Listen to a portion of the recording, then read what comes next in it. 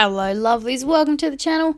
I have a scrapbook layout process video for you today, and this is another page in my niece's baby album, which is 8.5 by 11.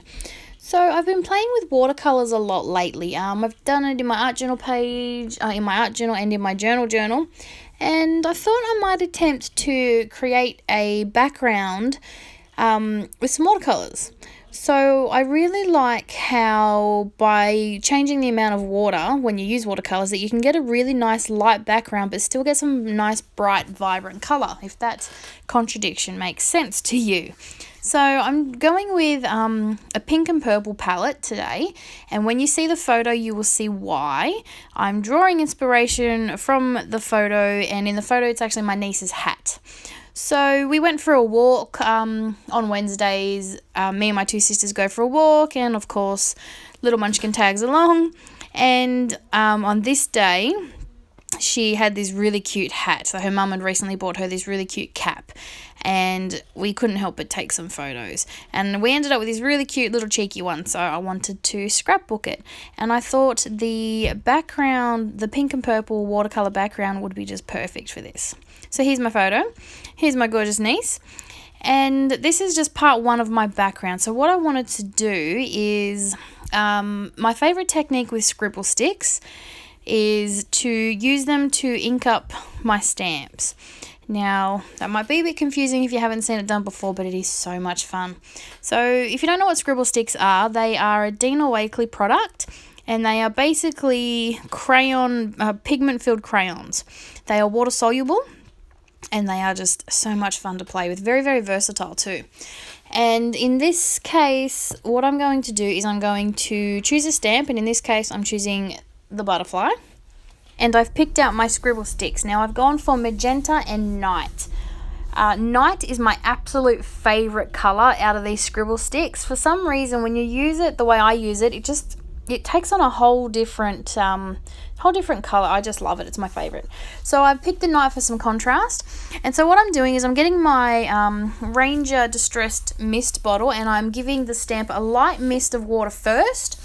Then I'm getting the end of the scribble stick and I'm running it over the stamp, and then I'm stamping directly onto my page. And as you can see, it gives you like a watercolor stamp effect. It's not as crisp and clear as an ink pad, and that's what I love about it.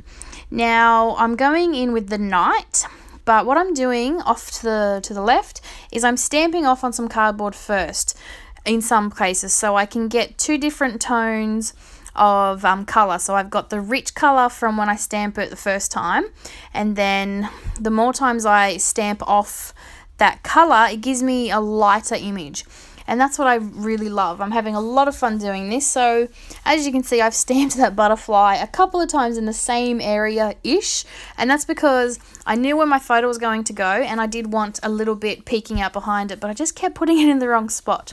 But it covers up my mistake, and yeah, we move on. And so I've used pink on the big butterfly and blue on the little one, but I wanted to bring in a bit more pink with these little butterflies. At first I thought I may have overdone it with the butterflies, but in the end I'm happy with the layout. As you can see down in the bottom corner here, the night and magenta have mixed to make a purpley colour, but I'm going with it.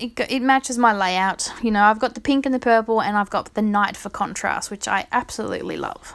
So now that my background's done, I'm going to move on to matting my photo and embellishing. So the background took the longest part of this layout, but by the time I was done, I really didn't spend a lot of time on embellishing or anything, because I really did want that background to be the main focal point of this whole layout.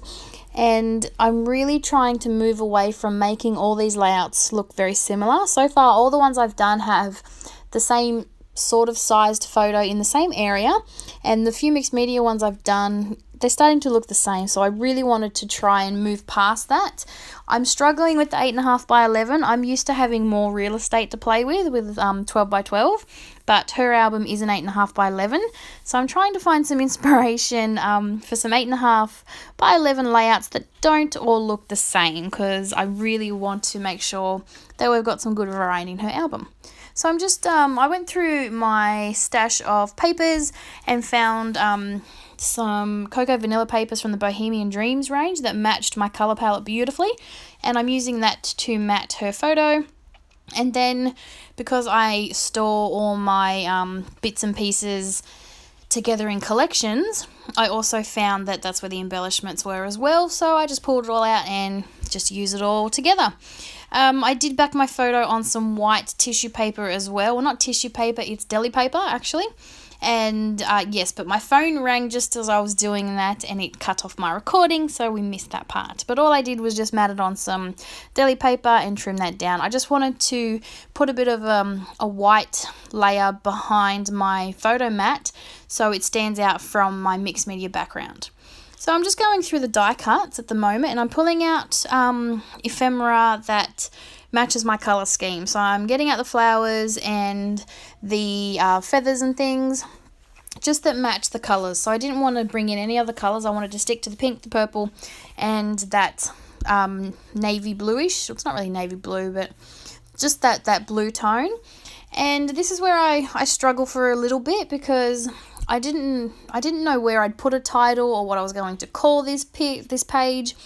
And then I saw the banner and I thought, that will work. Not every page needs to have a big title with thickers and things like that, I'm coming to learn. So this little banner does it quite well for me. But then I thought, where am I going to embellish this and what am I going to do? I really didn't want to do too much to it because I just felt that it wouldn't work. So, but then in my mind, it's hard to, you know, just come to terms with that, don't over embellish. You know, the scrapbooker in me wants to embellish, but it wouldn't have worked for this layout. And in the end, the minimal embellishments that I do put on here work really well. It sort of ties in with my banner / title, and that gives it somewhere to be without looking like it's just floating on the page. And then I've got all these beautiful butterflies coming out of my photo and all over my background that I feel work to embellish this layout quite well.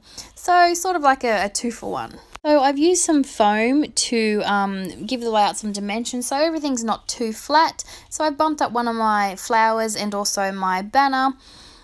And then that's pretty much it. I do add a pencil border. I really do like drawing hand-drawn borders on my mixed media layouts, but I didn't want to bring any black into this. And lately I've been doing lead pencil and I'm finding that it's making me very happy.